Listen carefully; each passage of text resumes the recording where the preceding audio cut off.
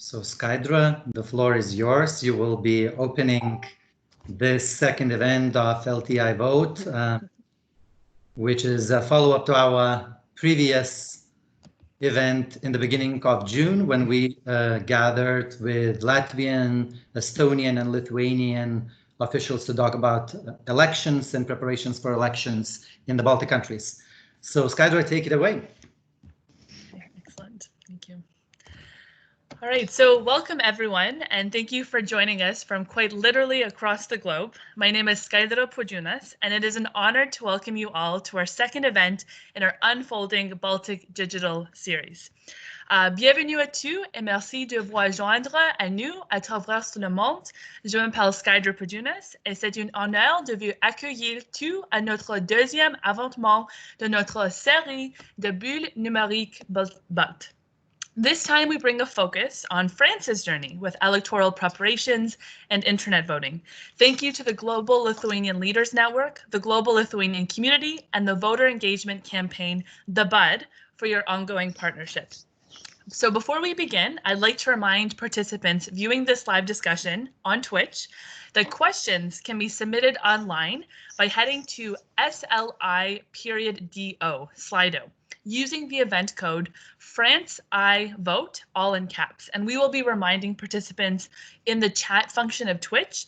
The Twitch chat room itself will not be monitored, so please head to Slido for questions if you have any. We are grateful to our panelists and organizers for the time and dedication they put towards creating the conditions for this important dialogue to take place, and remind all participants this is a respectful, harassment-free virtual space. So what do we hope to accomplish in this 1 hour we have together? For Baltics, while these three states are introducing innovative ways of reopening their economies from pandemic travel bubbles to open-air cafes, attention is turning to the future of elections. And for Lithuania in particular, the country is set to hold a national parliamentary election in October 2020. Just this month, the Lithuanian government has officially backed internet voting by suggesting a pilot for Lithuanians living abroad. So we look to France for inspiration and ask, what can the Baltics learn from France? France's past and current journey with internet voting can offer valuable lessons, especially in the context of upcoming parliamentary elections in Lithuania. So this event considers three important perspectives: cybersecurity concerns, institutional architecture, and citizen sentiments. With this frame, it is my honor to introduce today's moderator, joining us from Silicon Valley, California, Ieva Ilts. Ieva currently serves as an advisor to the President of Latvia on information and digital policy. Ieva is a diplomat, an expert on foreign and security policy, digital politics, and cybersecurity, with over 20 years of experience in national and institutional institutions in Latvia, NATO, and the EU. Her accomplishments are plentiful. Please join me in virtually welcoming Ieva. Thank you, Sky. It's really too much overstating my achievements. But I would like to thank you all guys for organizing this event. I think it's really timely debate, and given the COVID crisis, we are all obviously embracing digital technologies. That's a key component right now to move ahead, and has been a lot of helpful in many situations for people. And I think it's really great that that we are raising this rather complicated question that has been seen last years in a very toxic manner, whether people can actually cast their vote online. And it's my great pleasure to chair this session, to have such an outstanding panel or experts here. I'll introduce briefly everyone, and then I think I will kick off the debate. So with me together here is Your Excellence Ambassador of France to Lithuania, Madame Claire Cunet. Claire Lignier Cunet. I have to apologize for my French. I did study a little bit in Brussels, but didn't do it very well, I have to admit. Then we have also the head of Cybersecurity of France. I have to say we are really honored for a colleague to be able to join in the debate from, I guess, from Paris, Mr. Guillaume Popard. Do we have them here? Yes, I can't see on my screen, everyone. And then my colleague from Vilnius, from Lithuania, the advisor to the president, Mr. Nerijus Kaučikas. who is, if I look back, is also worked on communications and transport ministry. So I feel like another expert in the field from Baltic states who has dealt with communication topics. So with that, I think I already mentioned the importance, and I think we should probably just dive into the subject that might have more different aspects and really interesting questions and difficult questions to raise. I would love to give a floor to the French ambassador to maybe give a little bit overview of paths that France has taken to actually agree to give the opportunity for French voters abroad to vote digitally. I did read a little bit my file, and I saw that that question was, or that idea was already there a few years ago for the, if I remember correctly, for the elections of president in 2017. That was cancelled shortly before. I understand cybersecurity was the concern or one of the concerns back then. However, we read, and it's great news that that France has agreed this year and then tested the system and is ready to move ahead for next year's municipal elections to give that opportunity for voters abroad. So we would be really interested. I'm curious to learn from your experience as well as Lithuanians, because we have had that debate in Latvia also for a long time, that whether we can do iVoting and how we should do.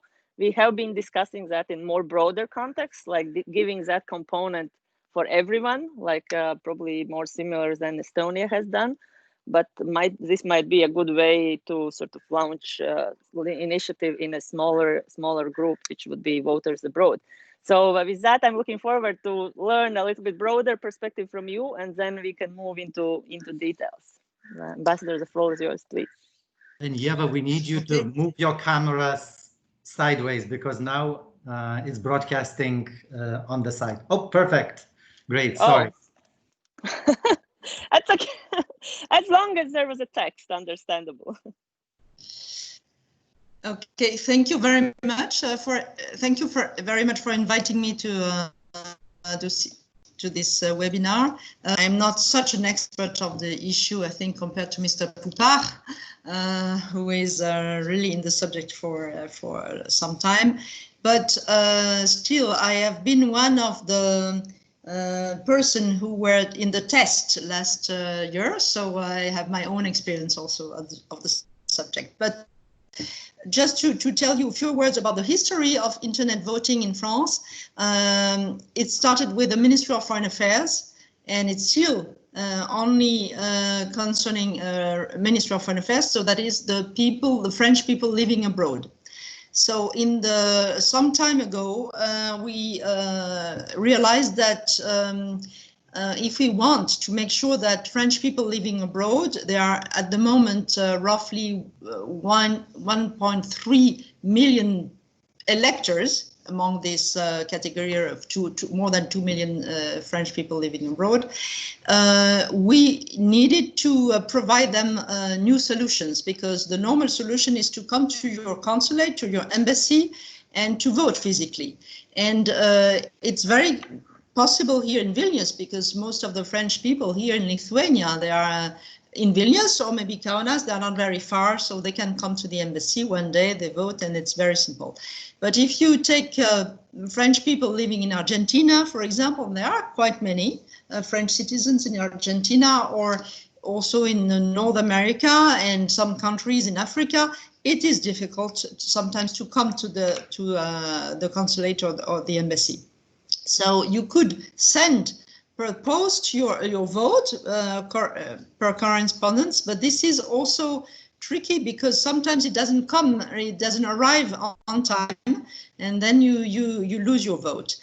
So this is why we some time ago now we have tried to introduce internet voting, and the first time was in 2003. That's what I've found out, because I thought it was, I didn't know it was more than 10 years ago that we started with some elections online.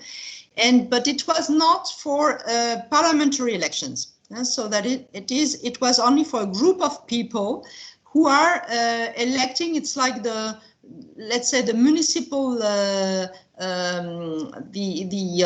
councillor that the French people elect, that were electing a representative in a parliament so-called Assemblée des Français de l'étranger, so French people living abroad assembly. So it means it was a test on a small population, so something like 400 people who were voting, or a little bit more, but not millions.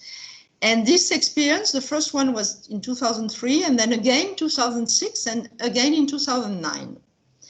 And then there was a big change in the representation of French citizens living abroad that was introduced in 2008. And they are now able to elect a member of parliament, not in the Senate, but in the National Assembly. So député. So it means that they can not only vote for their own representative, but really for a member in the National Assembly, 11 members. And then it was a new kind of elections that was open to French citizens abroad. So we had quite immediately the possibility, we introduced the possibility for these people to vote also online. And this was done in 2012.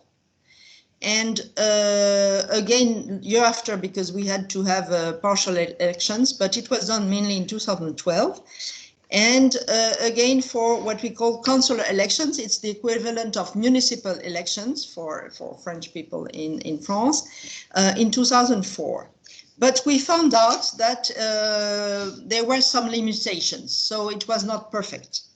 So the limitations, probably it's the same. They were already obvious at that time, and we are still fighting or trying to cope with these limitations. But the limitations, it's that at that time, the application that was chosen was not available for everybody's the computers of everyone. So many electors could not really choose this option. You have just to bear in mind that in any case, vote online is only one of the possibilities. It's one option you offer to the elector, but he still has the possibility to go physically to the poll station and to vote physically. He has a choice.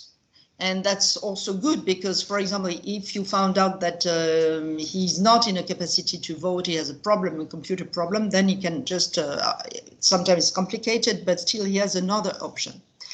And the first results of these elections was first that it was not available for everybody, contrary to what we were hoping. The second thing is it was that it didn't improve tremendously the participation. The rate of participation in the election. And as you know, it is a difficulty that we have in elections, not only in France, in Western world in general. We want to make sure that people really come to vote and make their choice, political choice, democratic choice. But it didn't help really to change this trend. Maybe you could say, I don't know if Mr. Pupa has the answer, but maybe you could say that if there was not this option of internet voting, it would be even worse. It is possible. So this is good that we also have this option.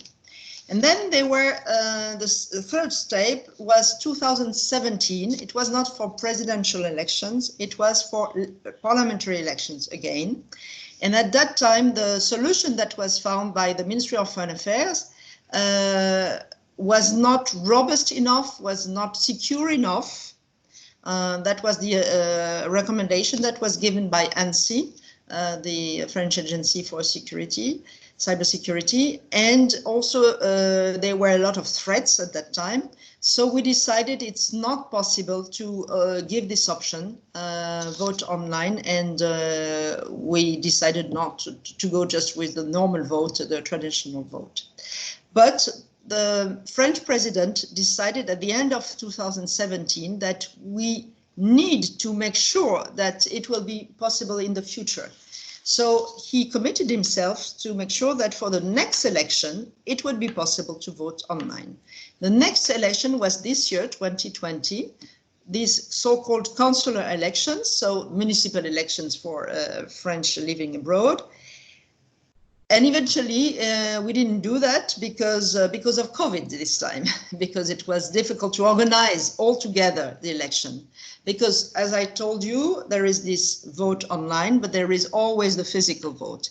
And physical vote in the mid of the lockdown everywhere, it was not possible. So we decided to postpone the election from 1 year. So these elections will take place in 2021. So everything was ready, though. Technically speaking, the solution, the technical solution was in place, was also considered to be a secure one. So we could have gone ahead if COVID was not preventing us to do that. So we think we have the solution, the technical solution at the moment, but we were not sure if it was working because we will need to wait for 2021 to know it for sure. And also what has been decided is for the parliamentary election, they are taking place in 2022. Internet voting will be also possible for French people living abroad. Again, it is one option, and again, it's only for people living abroad. At the moment, it's not, maybe in the future, but it's not for the national elections in France. And just a few words still, the difficulties we have found out, because we have made these tests. The last test was in November 2019, everywhere throughout different countries. And the difficulties we encounter are of different kind. First, one very important thing, when you have this option, internet voting, you have to make sure that you know the identity of the voter. So you have to identify this person.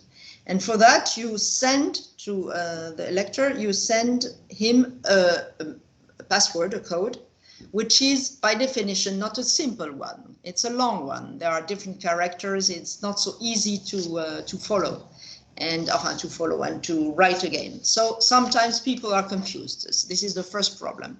Second problem is that people forget to give you the right email address, the current email address, the current mobile telephone number, and they forget that they've changed in between two elections. So you send them messages, but they don't receive them. Third difficulty is that for a message you send with a mobile phone, SMS, so this is really, in some countries, it's impossible to receive them. I don't know exactly technically why, but we found out that in some countries, a few countries, but like 10 countries, it was never possible to receive this message where you have this code or password. So if it's not possible, you cannot vote online. That's so simple, as simple as that.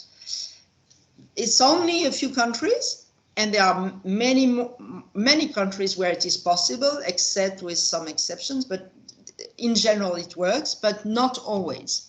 And the last difficulty was that when you send some information with an email, and then, as you know, some companies, when they send so many emails, these emails go to spam box, and then people didn't find the email.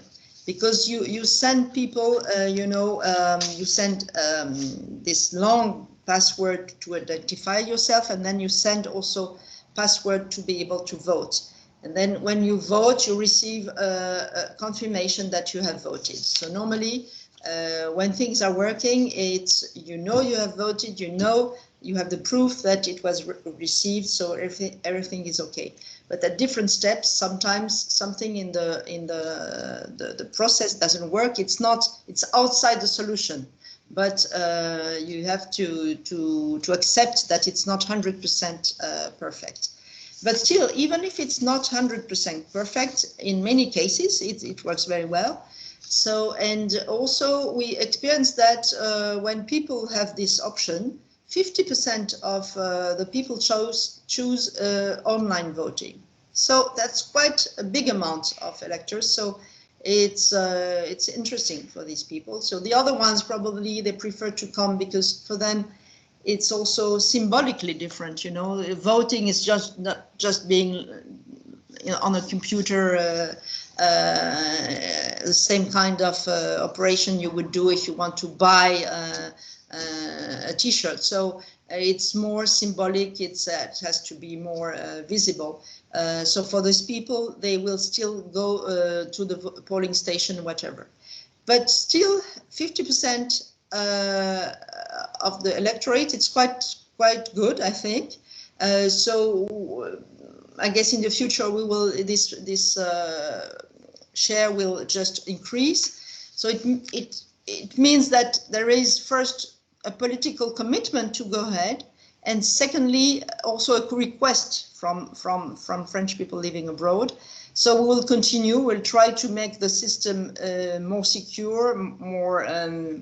It's already easier for the people. When I was doing the test myself, I thought it was really not complicated because I'm not really a specialist, IT specialist at all. So it was really easy. Everything went well. So I think the system is ripe. We will see what happens in 2021. It's ripe, but it's not totally comprehensive. You know, it's not working perfectly 100%. And then also, I don't know, maybe Mr. Poupard can speak about that. Also, the environment counts, you know, because even if we are improving the system, also the hackers are improving also probably their means to target it. So it's we need to make sure it's always the system is always secure, and probably it is very complicated. It's a lot of energy. We have many people working on the issue. But I think we can be proud with the results we have achieved, and we don't have the test grandeur nature. We don't have the real test, but the other test went quite well, I think. I think I will stop here because I have spoken already a little bit too much. Thank you. No, thank you, ambassadors. That was really, really great. I think much appreciated also that you spoke about difficulties, not only that everything is super good and everything we are excited, but you also raise those concerns. And you're right, there's a lot of, you know, we are nowadays so much spoiled everything being convenient, and the slightest things that we cannot sort of understand, or the message doesn't come or something, it all public treats that with a great annoyance, because the rate of how we are used to use technologies already on a daily basis, the expectation everything to be working smoothly and conveniently is very high. And I'm happy, I'm glad you raised the issues that you see as the difficulties and challenges, even as you already sort of moving ahead and using it, knowing that there might be some concerns. But with that, I would really like to sort of segue into security world, and then we can then discuss in a broader terms also convenience and usability, and then how it works from France's perspective. But I would really love to hear from Mr. Poupard on security part. It's typically, you know, when you sum up any debate on I-voting, there is either a political, there is a sort of two buckets of discussions. Either the people say, oh, it's a difficult political question, we cannot sort of get policy around, and it takes a leadership to sort of change the whole tradition. It's also, sometimes there's a legal argument that according to Constitution, you can't give those rights because you can't ensure the proper voting sort of secret and trustworthy voting. On the other hand, there's a lot of this security debate discussion that that there's no such thing as security online, and that's why, you know, the secretest things as a vote, you cannot really trust the internet to deliver your vote. And that's a big debate that goes around security, and then it bounces back usually to political decision, because then political people say, hey, you know, if technical part is not solvable, then we can't defend it politically. And so it goes sort of in this circle, which is quite difficult for many countries to break. And so with that, I would really love to hear from head of French Cybersecurity, the National Agency for Security, ANSSI. I think it's National Agency for the Security of Information Systems. And then I know that you gave your blessing to the system that Ambassador talked about, that will be sort of put at full-scale test next year. But would be really interested to hear from you how you dealt with security issues and how you see this the moment of ID verification. I think the one question is to authenticate the voter is really important in a secure manner and trustworthy manner, that that's the person actually voting. And second, also the trust that you have casted your vote and that your vote has counted right. Is there a way to verify that you have voted, that your ballot was casted right and it's been counted in?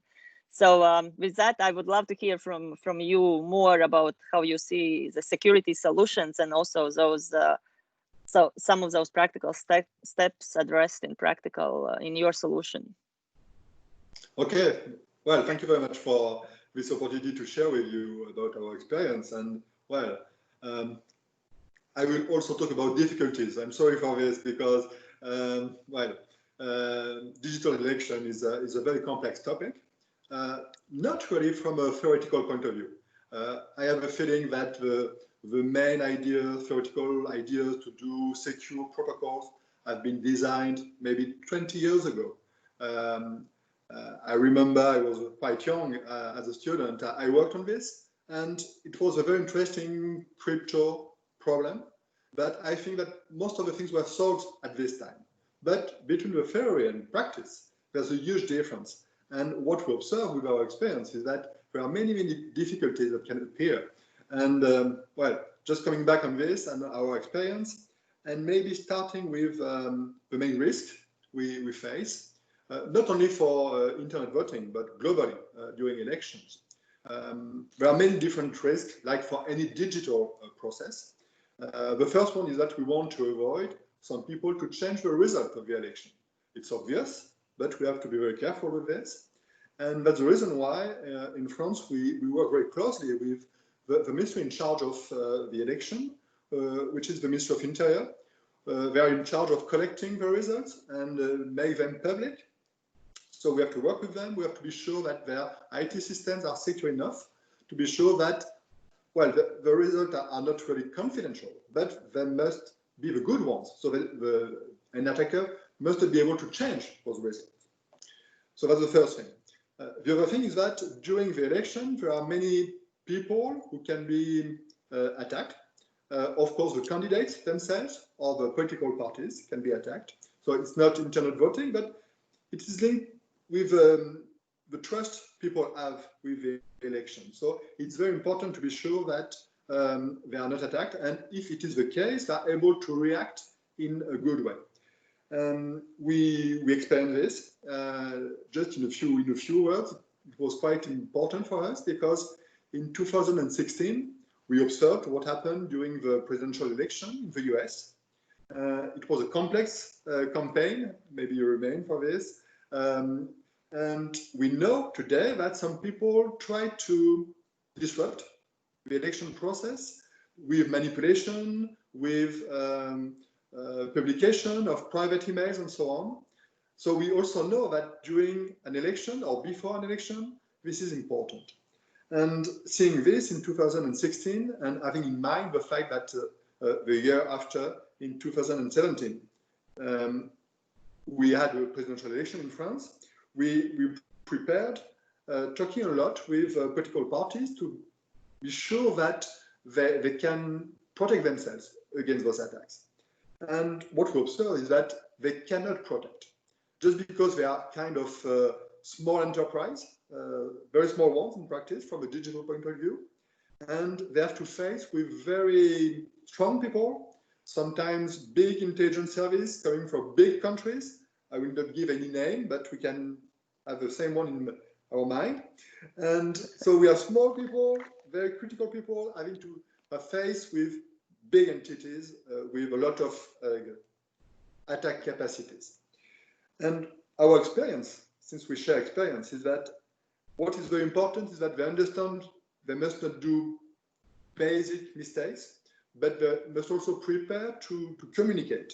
Because in practice, what is important is the trust of the people who are going to vote. And that's exactly what happened in 2017 with the political party of the future president. Since 2 days before the election, many emails coming from people very close to the president, the future president, were published.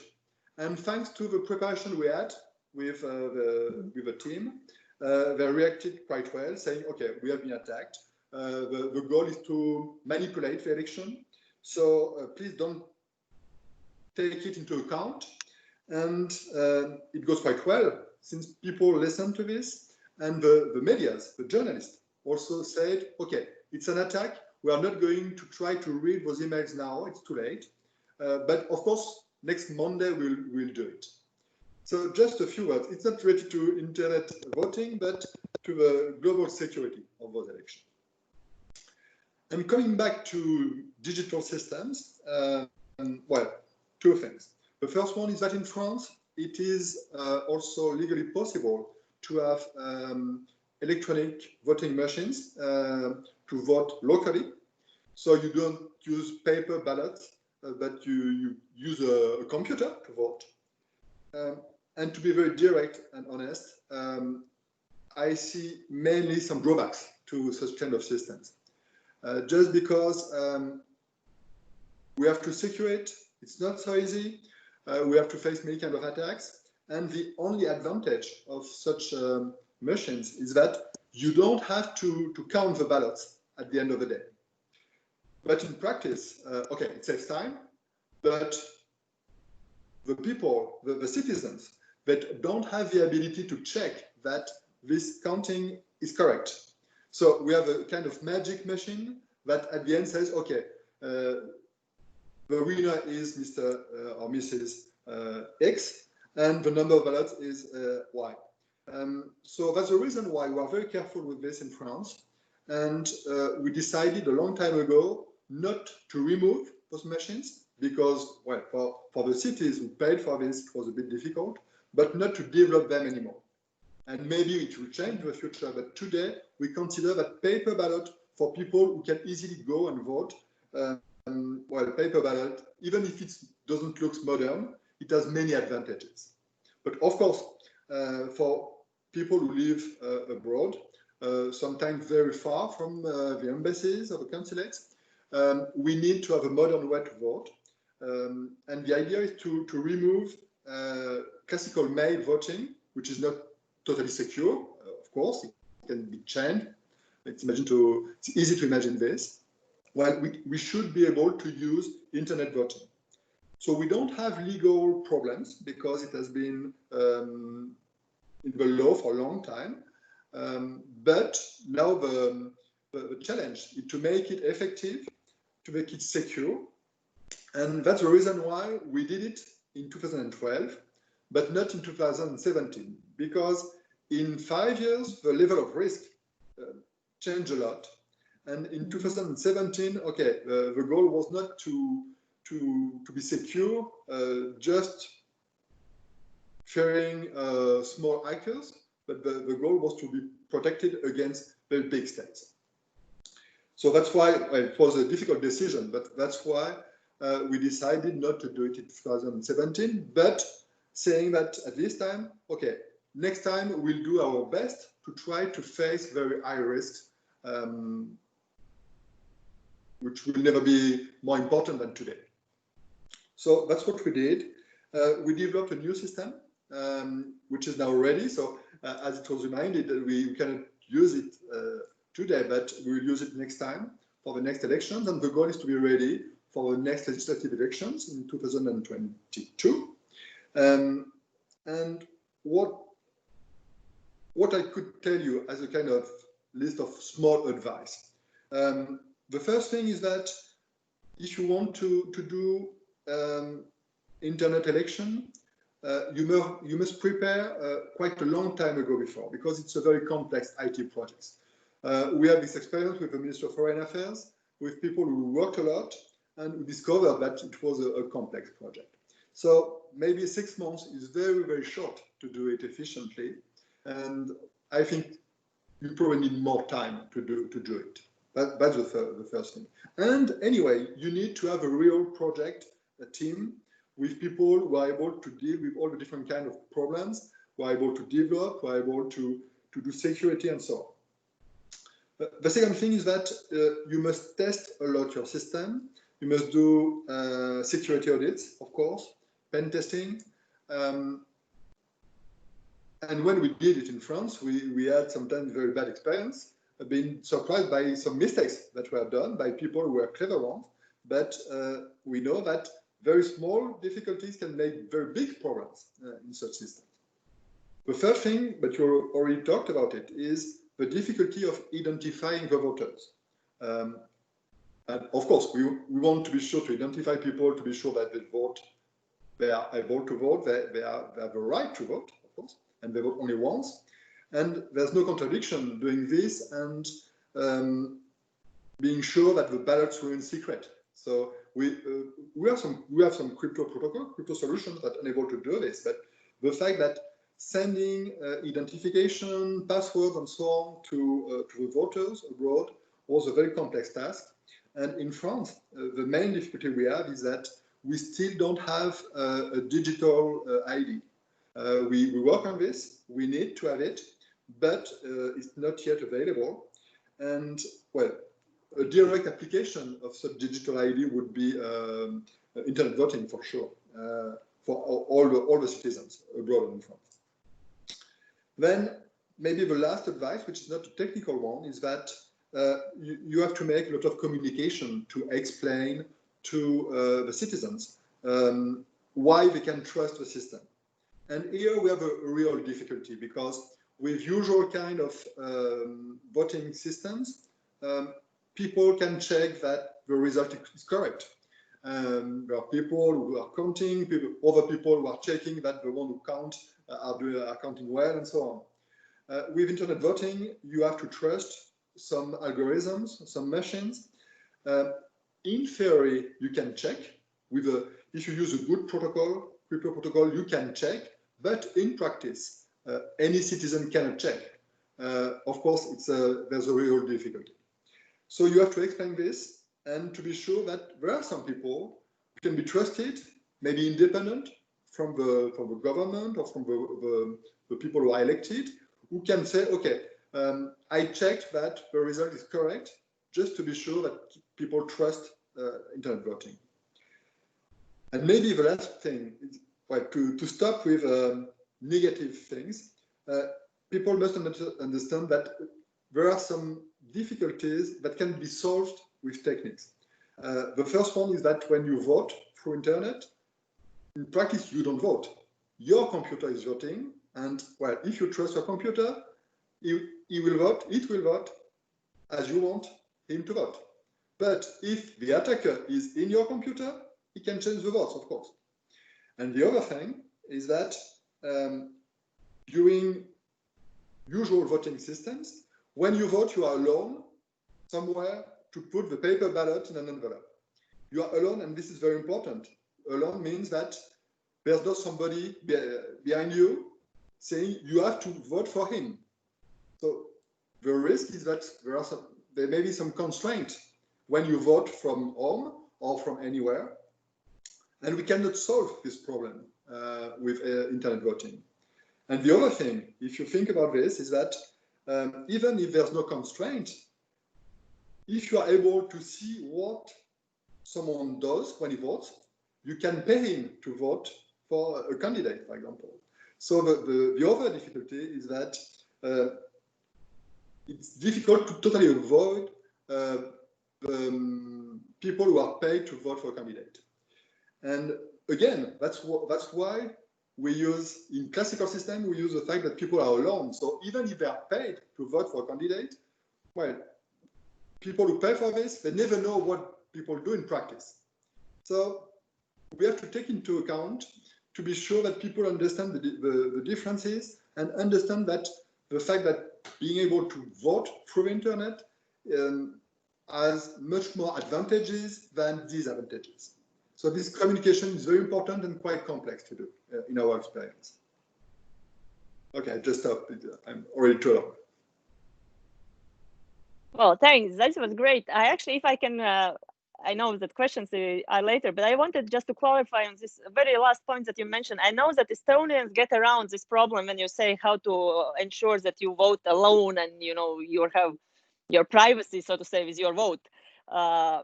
Is that you can vote multiple times. So let's imagine that if there's somebody standing next to me and say, hey, I pay you, you vote for that. Okay, I do that, I take my money. But then, 10 hours later, I log in and I do another vote. And then so that's the procedure that I know in Estonian case would ensure your privacy, right? You can change it endlessly till the time frame. So is that the case with yours? Just sorry, because you mentioned that. I don't think so. No, you haven't. I have to check, but I don't think so. And it's very important to have to think about this before, because it has some impact, of course, on the protocol, on the system used. And yes, you're right. Yeah. It's important to take into account much before when we develop things. Yeah. But that's very valid point. Do we have a Lithuanian colleague, right? I saw that the chat that is Nerijus here. Yes, I'm here. Great. So I will give a quick I will pass the floor to you, and then I'm really curious to learn more about your perspective. I know that your general elections, your parliament elections is just around the corner or in this fall. I understand that the COVID obviously has steered the debate whether we can, whether internet can help with voting and whether that can be changed. I read your president's statement, president's speech in the parliament, where he said very clearly that should be a first step, that the country should support Lithuanians abroad and introduce e-voting as sort of the first step. So could you tell us a little bit more where Lithuania stands right now, and how do you see from your perspective? Are you aiming for this year, or you are aiming for a longer perspective? And also it would be interesting from me is whether that requires some legal change or it's just a matter of technical implementation. So if you could give some overview from your perspective would be great. Thank you. Thank you, Eva. Thank you, colleagues. Really, Guillaume and Madame Ambassador, really, it was very interesting first to learn exactly about the lessons you just described, the processes, how long you went for that, and how involving exercise. This is a really challenging exercise, and by the way, it reminds me. Today I also checked with our national cybersecurity community as well these topics, and that was exactly as Guillaume, you're providing this perspective, what challenges it implies, this going for internet voting. Indeed, nevertheless, even if that's quite a complex and difficult, really, and challenging security-wise process, as president, indeed, as Eva, you mentioning, indeed, in his annual address, he emphasized that we have to go with this, with the internet voting. This is the future. I think this is a clear direction.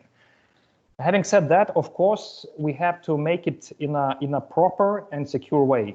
So even today's our discussion, exactly, French examples say how much it is important really to do things proper, to set up a proper ecosystem, not only security cyber system, but actually e-governance system. To put all the e-governance components together as to have a really ecosystem. Because so that's very important. So yes, indeed, in a parliament, indeed there is a debate, and of course there is a need for the change of the law. That's for sure. I will not be, guessing about this elections of the autumn. I mean, parliament elections of the autumn. As we heard from the French colleagues' experience, that exactly they focused on narrow scope, so to say, of this electronic voting, I would say. They were focusing on citizens living abroad. So I think this is, let's be, I think, realistic. We have to focus around citizens abroad. Yeah, if we speak about the piloting phase for this year or for the next years. But anyway, the thing is really to make it really working properly. So this is the condition, I think, and of course this is for executive, I think, offices really to ensure that.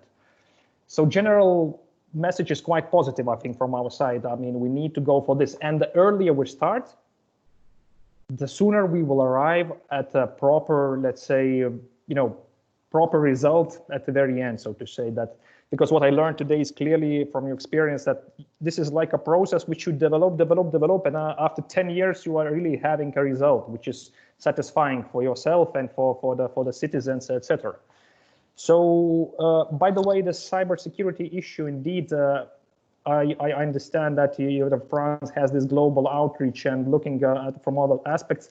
We here in the Baltics, we also have a specific cybersecurity aspects. I mean, we are here on Eastern EU border, European periphery, where we have a special challenges, I would say.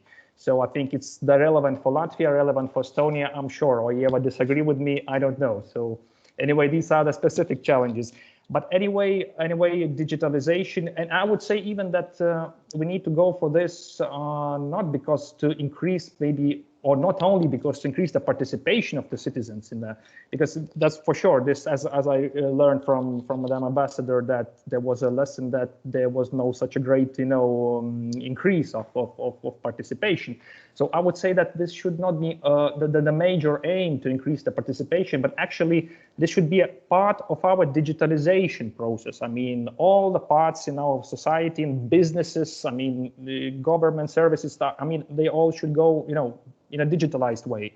So this is just part of the digitalization, processes, I would say. So that's quite, let's acknowledge that we need simply to have this in our, the whole system, of our life, I would say. Yeah, I would say, of course, this pandemic, all this COVID situation, I would say, caused, I would say, or inspired us to think about internet voting not as a nice to have thing, but as a necessity. So this is a kind of a, crucial point where I would say this debate will be really, spinned more politically. So I think this is a kind of, well, it's not maybe nice to say it, but COVID helped, I would say, develop this debate. And it was quite interesting to see how, for example, learning processes in Lithuania, how we went, online with the learning processes in schools. It was quite interesting to learn how part of the society are so good skills, to have good skills, of this learning, e-learning, etc. But also we have to acknowledge, and there was a, the lesson learned that also quite a number of participants of the learning system does not have those skills, these digit skills, and to be in those. So what from my perspective, what I see that, I think that at the heart of the digitalization strategy should be the skills and competences of people. I would say, that's we need, to become smarter in all way, and the humans have to be, part of the digitalization strategy and not the technology. I would even say, because technology, it goes very fast. But people are really what we need to focus on, I would say, speaking in a more broadly terms. So that's from my side, I think, Evan. Thanks. Yeah, I think very interesting, and I hope you will move ahead the debate. I think we need that very much in all Baltic states. Obviously Estonians are very far ahead, but I think, like you said, it takes a long time. Even if you look at Estonians, and I have been following in depth the way how they succeeded in it is, it's been 15 years around, and they're still changing and improving the situation. Like, this is endless process, like you mentioned, the cyber attackers are moving ahead, and so do we have to move and adjust the systems. And to be honest, I actually even read the latest OECD report on the Estonian e-elections. I think it was European Parliament ones or Parliament, don't remember. but it wasn't very positive. So I think institutions also have to change and adjust to how they treat digital elections. So there is a lot of stereotypes. Like, I was happy to hear from Mr. Popar that, hey, technology is there. And I myself, a huge supporter of technology, I think you can build trustworthy, secure, reliable systems. You have to do that really confidently, and you have to have a knowledge, but that's possible. But you also have to catch up intellectually and with society and with education, because otherwise, you know, there is a distortion, and it's you can't create that level of trust. But I want to be fair, and I want to pick up there were questions from online, and I will use the opportunity to give the floor. I have a lot of questions myself, but I will give a floor. There's a person, somebody asks from the audience, the role, who advanced the role of foreign ministry, who advanced the topic in France, right? Really, who got this done? And if maybe ambassador can a little bit reflect a little bit more on experience. And on security part, the people ask how much political parties played role in sort of voting security aspect, whether it was politicized. Did you feel from Guillaume, from your experience, that became sort of politicized question rather than strictly technical, and how far actually one can even understand technically if you sit in parliament, how that security is or is not there? So if you could, both of you, address one or another of aspects here. Thank you. On the first question, so yes, the Ministry of Foreign Affairs is responsible for implementing the vote online, because this is the Ministry of Foreign Affairs in the different embassies, consulate, that is contacting the voters. So in this sense, we are implementing the vote online. But to prepare the system, the solution, the technicality, we work, of course, with the Ministry of Interior and ANSSI, and also CNIL, la Commission Informatique et Liberté. So that means this agency which is making sure that any digital solution respects the rights, you know, of all the citizens, you know, that you don't steal personal data, and you make sure this personal data, you will not collect them forever, or this kind of thing. So there are different actors, but then in the implementation process, this is the Ministry of Foreign Affairs, and not only in the ministry, but then in the different consulate and embassies. So this is the first question. And the second question, I think, I'm not sure this was politicized among the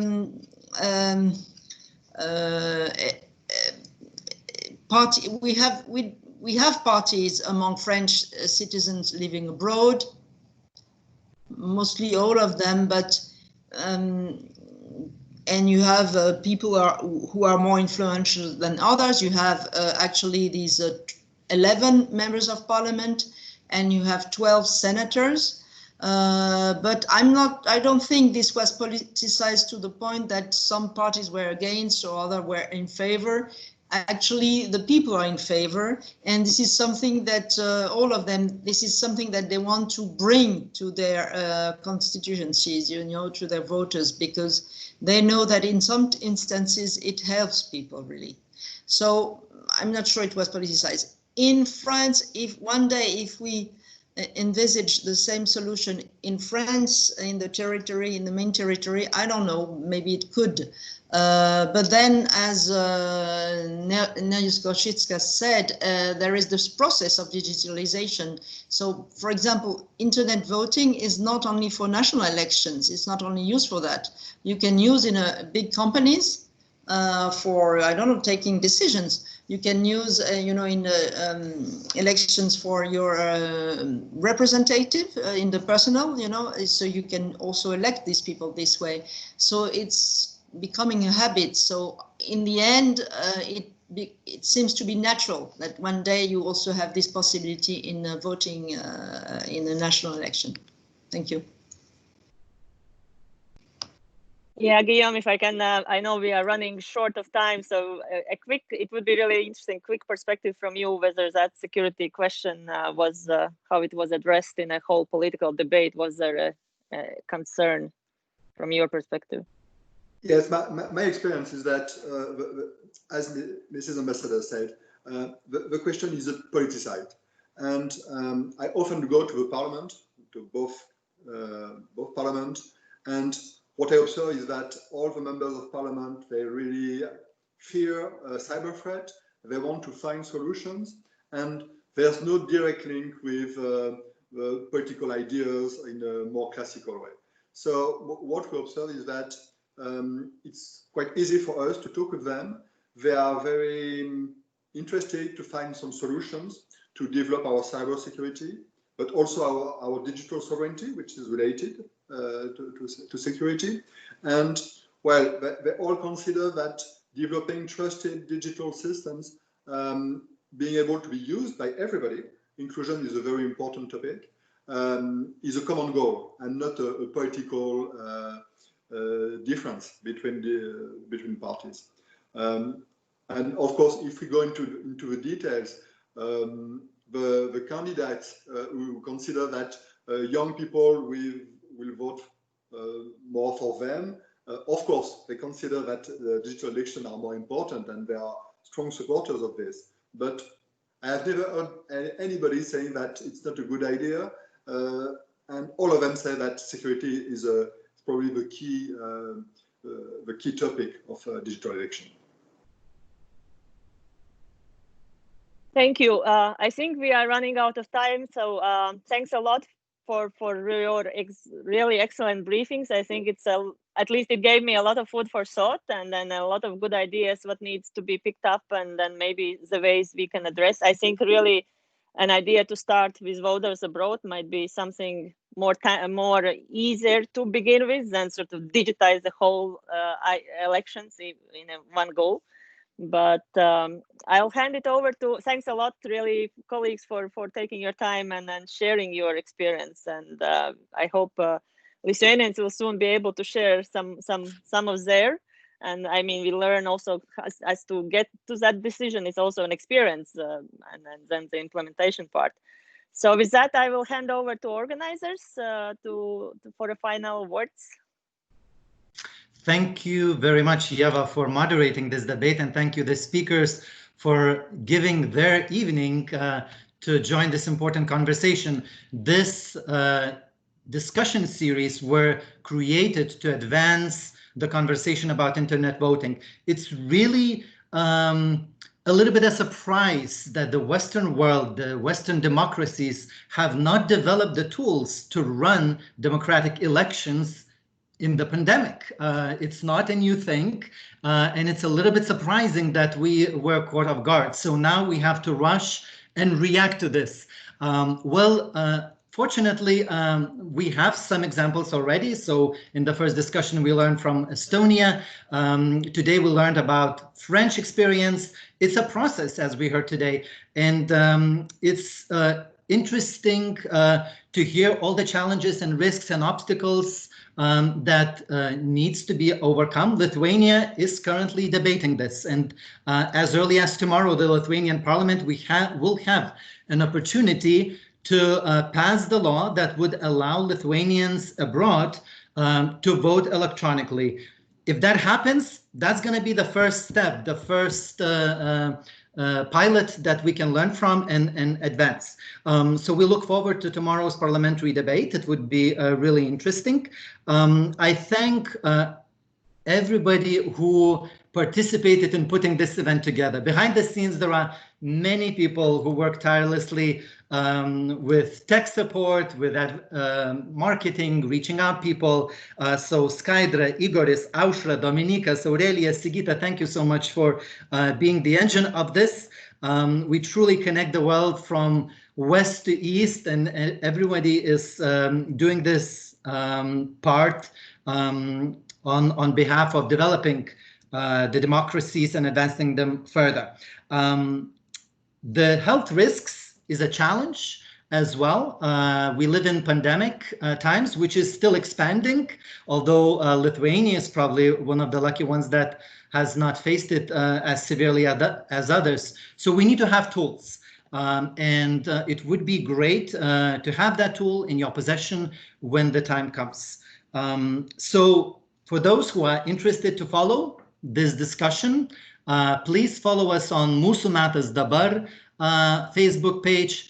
mūsumetasdabar.lt is the website where you will be able to review the recording of this event as well as the previous discussions. That's where we would like to direct you for further information. And today we thank you very much for joining and we look forward to welcome you in our future discussions. Thank you very much. Thank you.